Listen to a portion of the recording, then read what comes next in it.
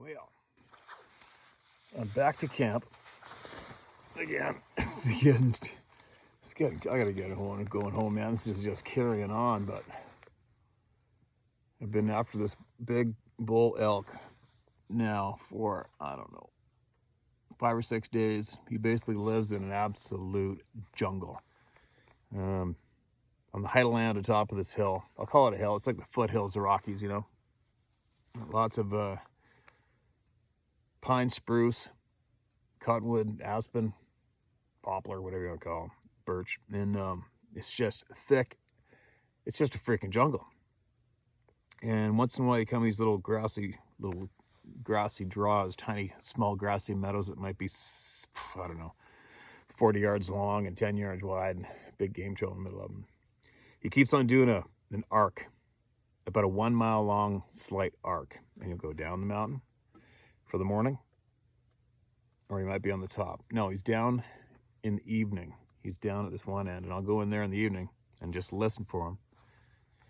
And he can't help himself. He'll start bugling.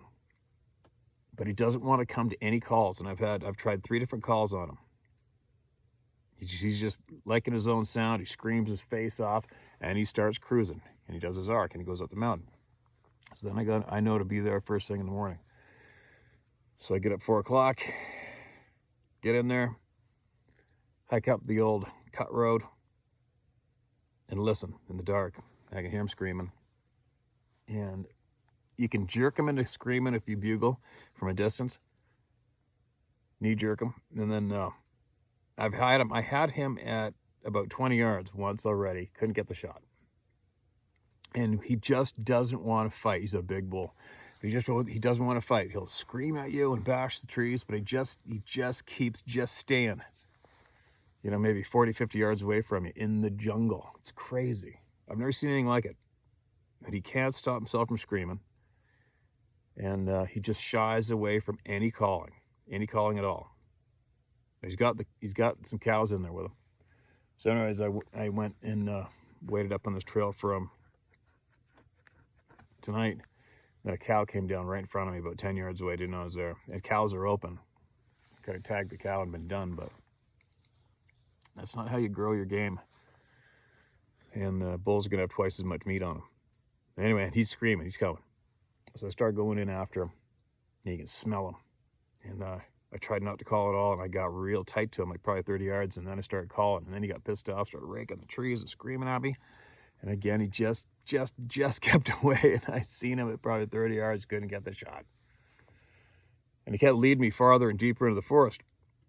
And I almost had to spend the night because I went in there quite a ways, and usually where I hunt normally is big mountains.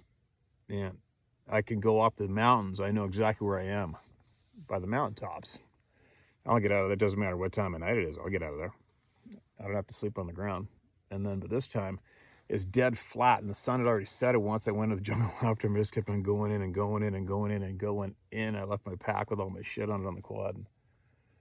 And I actually finally got turned around. Haven't been turned around for years. And I was thinking I might have to just sit tight and light a fire and sleep on the ground, but I didn't really want to do that. It's just not that fun. And then I had my phone, which actually had enough service with that map thing, show my location, but my phone is the way I'm pointing on my phone map is actually opposite of the way I'm facing. I don't know why. So I'd have to do about 100-yard dash, bashing up trees in the dark to about 100 yards. I think I was going a straight line because it's absolute jungle, flat ground. Can't see the stars, can't see the moon, and now I can't see which way the sun's setting. It's just too dark. Like, oh shit. And I know if I just start hiking in a straight line, hope I'm going a straight line, I'll end up at the bottom of the mountain eventually, somewhere. And there's basically, I'll hit some kind of a road at the bottom, but anyway. So I hiked 100 yards in a straight line and checked the location on my map again, and I saw that I moved on it. And I think I was going the right direction. I had to do it 3 times. And I don't want to use the flashlight on my phone because actually you're better off with your eyesight in the dark. You're better off with your night vision, whatever you can muster up. Although you're still smashing the shit out of yourself with brushes and it's too thick and dark. But anyway, I got out and left him. So maybe tomorrow morning, I'll guarantee you I can hike up there, and he's going to be screaming somewhere, and I'm going to have to go in the jungle after him again. But anyway, on a side note, here's something really interesting. About 4 nights ago, this is big sky country up here in the north. Just the stars are forever, the sky's forever. And I glanced up, and you see a bit of the northern lights were pretty cool. And I saw what I thought was that Elon Musk Starlink thing or whatever it is. It looked like there was three satellites in a row going, really ripping across. But then 2 more lights came from the left, and they weren't in line. 2 parallel, and then another 2 or 3 from the bottom went this way, and they weren't in line. And the 3 that were in line kept on going. And next thing you know, there was about 20 different lights ripping around up there. And then there was 3 in a triangle formation going like this, just ripping right along in a perfect, but a longer triangle, like the mouse, that distance, right? In a triangle, 3 of them. And it was kind of, I mean, I've seen some weird stuff in the sky. I believe we all have by now. It's actually given me a little bit of anxiety to see such a blatant example of what the hell. And it didn't feel that great. Nothing you can do about it. And telling the story is boring as shit too, right? 'Cause, I mean, what do? You see a bunch of shit in the sky. I've seen stuff in the sky in daylight. What do? You tell it. It doesn't matter who you tell. They're going to go, oh, wow, that must have been crazy. And then you just carry on talking about something else, right? Anyway, that's my report. Almost feels good to talk, even though I'm just talking to my phone when you're alone up here for so long. But a little thankful to be out of the bush in a way, instead of having to sleep on the ground. Sleeping on the ground in the forest sucks. I've done it before. I've only done it before, not from being lost, but from having to pack out. Once I had a friend with me and had to pack out a big ram, and we had some misdirections from another friend, and ended up having to sleep on the ground with a pile of meat. And where else? I've slept on the ground a handful of times.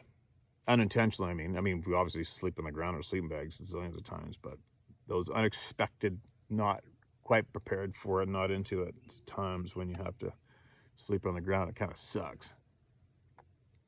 But anyway, that's my report.